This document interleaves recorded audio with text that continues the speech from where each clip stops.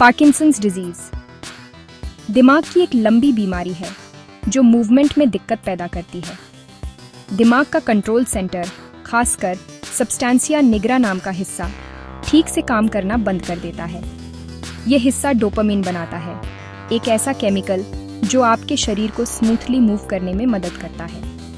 जब ये सेल्स मर जाते हैं तो डोपामिन का लेवल गिर जाता है, जिससे मूवमेंट स्लो और स्टिफ हो जाती है। इसीलिए पार्किंसंस वाले लोगों में येन, कंपन, शेकिंग, येन धीमी गति, स्लो मूवमेंट, येन या अकड़न, रिजिडिटी हो सकती है। सिम्टम्स छोटे से शुरू होते हैं, जैसे हल्की कंपकंपी, और सालों तक बिगड़ते रहते हैं। पार्किंसंस कंटेजियस नहीं है, यह एक क्रॉनिक प्रोग्रेसिव कंडीशन है। असली दिक्कत मसल्स में नहीं, बल्कि दिमाग की उन्हें कंट्रोल करने की क्षमता में है। इमेजिन करें, एक फैक्ट्री अपने वर्कर्स को खो रही है, प्रोडक्शन, डोपामीन गिर जाती है और सिस्टम गड़बड़ा जाता है। ट्रीटमेंट्स का ध्यान डोपामीन बैलेंस को रिस्टोर करने पर होता है। 1 उसे रिप्लेस करके, 2 मिमिक करके, 1 या उसके ब्रेकडाउन को रोककर। इसे समझने से मरीजों और फैमिलियों को बेहतर केयर के लिए डॉक्टर्स के साथ काम करने में मदद मिलती है। मसल्स तैयार हैं,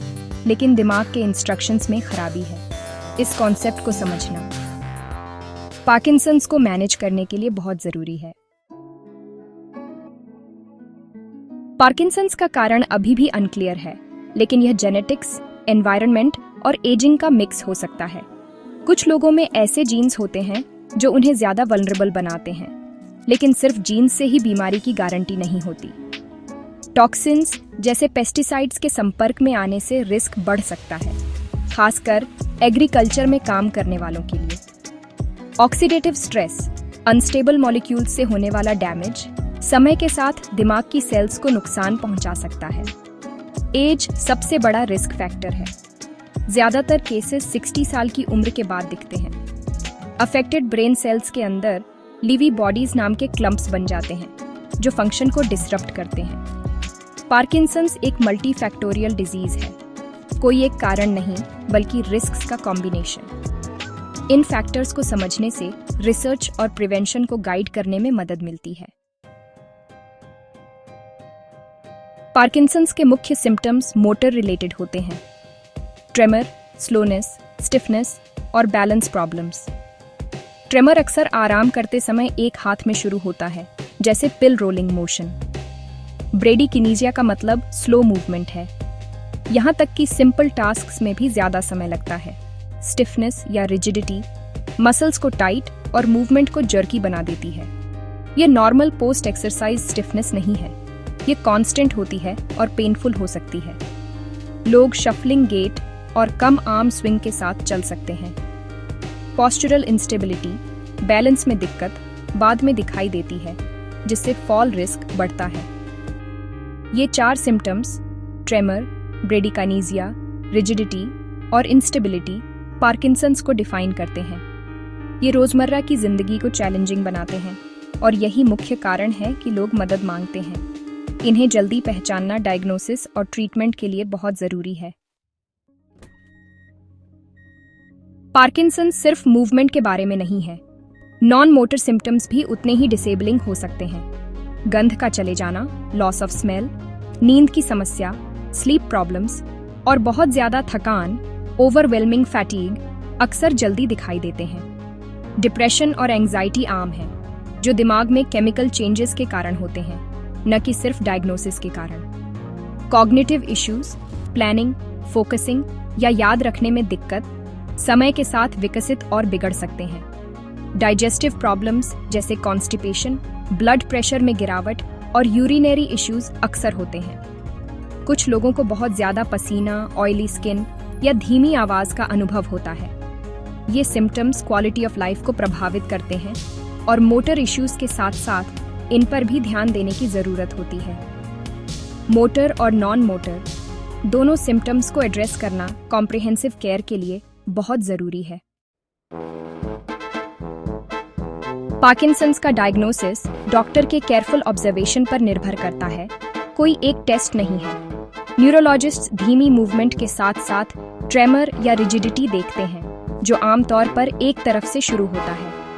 वे देखते हैं कि आप कैसे चलते हैं, मूव करते हैं और सिंपल टास्क्स करते हैं। अन्य कंडीशंस पार्किंसंस की नकल कर सकती हैं, इसलिए डॉक्टर्स मेडिकेशन साइड इफेक्ट्स या स्ट्रोक्स को रूल आउट करते हैं। लेवोडोपा का ट्रायल, अगर सिम्टम्स में सुधार होता है तो यह डायग्नोसिस को सपोर्ट करता है। डेट स्कैन्स जैसी इमेजिंग मदद कर सकती है, लेकिन क्लिनिकल इवैल्यूएशन गोल्ड स्टैंडर्ड है। एक्यूरेट डायग्नोसिस सही ट्रीटमेंट प्लान सुनिश्चित करता है। अर्ली एक्सपर्ट असेसमेंट बेहतर आउटकम्स के लिए बहुत जरूरी है। पार्किंसंस का ट्रीटमेंट सिम्टम्स को मैनेज करने पर केंद्रित है। अभी तक कोई इलाज नहीं है। लेवोडोपा अक्सर कार्बिडोपा के साथ सबसे असरदार दवा है जो दिमाग में डोपामीन को बढ़ाती है। समय के साथ इसके इफेक्ट्स फ्लक्चुएट कर सकते हैं, जिससे ऑन ऑफ पीरियड्स और इनवॉलंटरी मूवमेंट्स हो सकते हैं। डोपामीन एगोनिस्ट्स डोपामीन के इफेक्ट्स की नकल करते हैं और अकेले या लेवोडोपा के साथ इस्तेमाल किए जा सकते हैं। MAOB इनहिबिटर्स दिमाग में डोपामीन को ज्यादा देर तक रहने में मदद करते हैं। जरूरत पड़ने पर COMT इनहिबिटर्स और अमंटाडाइन जैसी अन्य दवाएं भी जोड़ी जा सकती हैं। मेडिकेशन का चुनाव उम्र, सिम्टम्स और लाइफस्टाइल पर निर्भर करता है। ट्रीटमेंट बहुत पर्सनलाइज्ड होता है और समय के साथ बदल सकता है। गोल, फंक्शन और क्वालिटी ऑफ लाइफ को ज्यादा से ज्यादा करना। जब दवाएं काफी नहीं होती तो डीप ब्रेन स्टिमुलेशन DBS जैसी एडवांस थेरेपीज पर विचार किया जाता है। DBS में दिमाग में इलेक्ट्रोड्स लगाना शामिल है ताकि एबनॉर्मल सिग्नल्स को कंट्रोल किया जा सके, जिससे ट्रेमर और स्टिफनेस कम हो। यह कोई इलाज नहीं है, लेकिन सही कैंडिडेट्स के लिए सिम्टम्स और मेडिकेशन की जरूरत को कम कर सकता है। फिजिकल थेरेपी मूवमेंट, बैलेंस और फॉल प्रिवेंशन में मदद करती है। रेगुलर एक्सरसाइज बीमारी की प्रगति को धीमा भी कर सकता है। स्पीच थेरेपी आवाज और निगलने की समस्याओं को एड्रेस करती है। ऑक्यूपेशनल थेरेपी स्वतंत्र रहने के प्रैक्टिकल तरीके सिखाती है। ये सपोर्टिव थेरेपीज जरूरी हैं, ऑप्शनल नहीं। एक टीम अप्रोच, मेडिकेशन, सर्जरी और थेरेपी सबसे अच्छे रिजल्ट्स देता है। होलिस्टिक केयर लोगों को एक्टिव और एंगेज्ड रखता है। पार्किंसन स्टेजेस में बढ़ता है, जिसे होएन एंड याहर स्केल से ट्रैक किया जाता है। स्टेज 1, एक तरफ हल्के सिम्टम्स, रोजमर्रा की जिंदगी पर कम असर। स्टेज 2, दोनों तरफ प्रभावित, लेकिन बैलेंस अभी भी ठीक है। स्टेज 3, बैलेंस प्रॉब्लम्स और फॉल्स शुरू होते हैं, रोजमर्रा के काम मुश्किल हो जाते हैं। स्टेज 4, सिवियर डिसेबिलिटी, चलने के लिए एड्स की जरूरत, अकेले नहीं रह सकते। स्टेज 5, व्हीलचेयर बाउंड या बेड रिडन, लगातार केयर की जरूरत। प्रोग्रेशन अलग अलग होती है, कुछ सालों तक शुरुआती स्टेजेस में रहते हैं। स्टेज जानने से ट्रीटमेंट और सपोर्ट को गाइड करने में मदद मिलती है। हर स्टेज नई चुनौतियां लाता है, लेकिन नई स्ट्रैटेजीज भी।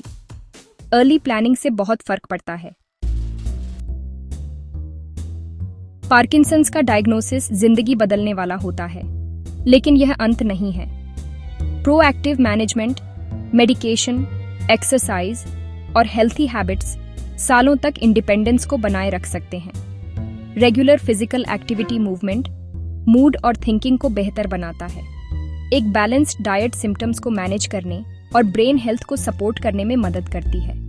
एक सपोर्ट नेटवर्क बनाना, परिवार, दोस्त और सपोर्ट ग्रुप्स यात्रा को आसान बनाता है। केयर पार्टनर्स को भी सपोर्ट की जरूरत होती है। वे लॉन्ग टर्म केयर के लिए बहुत जरूरी हैं। रिसर्च आगे बढ़ रही है, बेहतर ट्रीटमेंट्स के लिए नई उम्मीद ला रही है। पॉजिटिव और एंगेज्ड रहने से एक मीनिंगफुल, फुलफिलिंग लाइफ मिलती है। सही अप्रोच के साथ पार्किंसंस वाले लोग थ्राइव कर सकते हैं।